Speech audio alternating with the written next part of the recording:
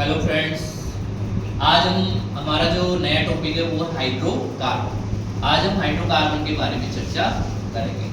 Hydrocarbon कैसे यौगिक होते हैं इसके बारे में आपको पता होगा। जो स्टूडेंट है हमसे जुड़ना चाह रहे हैं वो इसको अच्छे से ध्यान से समझने की कोशिश करें। नेक्स्ट क्लास जब होगी तो इससे भी और भी अच्छा बेटर आपको मिलेगा। यहाँ पे हमारा हाइड्रोकार्बन कहते किसे हैं? ऐसे यौगिक जो कार्बन और हाइड्रोजन, कार्बन का मतलब कार्बन का प्रतीक क्या होता है C और हाइड्रोजन का प्रतीक क्या होता है H। तो ऐसे यौगिक जो कार्बन और हाइड्रोजन के संयोग से बनते हैं वह क्या कहलाते हैं? हाइड्रोकार्बन कहलाते हैं। अब हम देखें हाइड्रोकार्बन के क्या प्रकार होते हैं। हाइड्रोकार्बन के मुख्यतः कितने प्रकार होते हैं? दो प्रकार होते हैं। हाइड्रोकार्बन के दो प्रकार होते हैं। ए होता है संतृप्त हाइड्रोकार्बन और बी होता है असंतृप्त हाइड्रोकार्बन। यानी कि हमने हाइड्रोकार्बन को कितने भागों में बांटा? दो भागों में, संतृप्त और असंतृप्त। तो यहाँ पे अगर हम इसकी बात करें, संतृप्त की बात करें तो संतृप्त यौगिक किसे कहते हैं? तो ऐसे यौगिक जिनमें एकल बंध पाया जाता है। अभी एकल बंध किसमें पाया जाएगा? तो एकल बंध पाया जाता है कार्बन कार्बन, कम से कम एकल बंध, द्विबंध और त्रिबंध के लिए, तीनों बंधों के लिए कितने कार्बन की आवश्यकता होती है? दो कार्बन की आवश्यकता होती है। यानी कार्बन कार्बन के मध्य में क्या पाया जाए? एकल बंध पाया जाए, उसे हम कहते हैं संतृप्त यौगिक। जैसे एक संरचना हमारे पास में ये है, ये संरचना कौन से यौगिक की है? तो हम कहेंगे कौन सी यौगिक की है? संतृप्त यौगिक की है। जिस संरचना के अंदर केवल और केवल कितने बंध पाए जा रहे हैं? एकल बंध। तो इसका संरचना का यदि हम नाम देखें तो क्या होगा? यहाँ पे C2, कार्बन कितने हैं? 2 और हाइड्रोजन के कितने हैं? 6, तो C2H6। इसका नाम क्या रहेगा?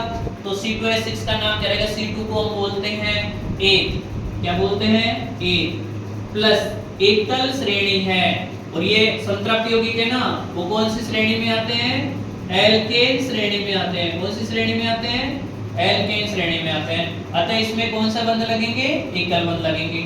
और एल्केन श्रेणी का जो सूत्र चलता है वो क्या चलता है? CnH2n+2। तो अगर हम कितने कार्बन की बात करते हैं? 2 की, तो 2 यहाँ पे लिखेंगे तो C2 हो गया, और 2 यहाँ पे लिखेंगे तो 2 दूनी 4, और 2 कितना हो गया? 6। तो हमारे हाइड्रोजन के कितने आ रहे हैं? 6 आ रहे हैं। तो इसलिए इसका नाम क्या होगा? एथ प्लस, इसका अनुलग्न क्या होता है भाई? तो अनुलग्न होता है इसका ईन, क्या होता है? सॉरी, अनुलग्न क्या होता है? एन। अगर कौन सी श्रेणी पढ़ रहे हैं हम? एल्केन श्रेणी पढ़ रहे हैं तो एन होता है। अतः इसका नाम क्या हो जाएगा? एथ प्लस एन बराबर क्या हो जाएगा?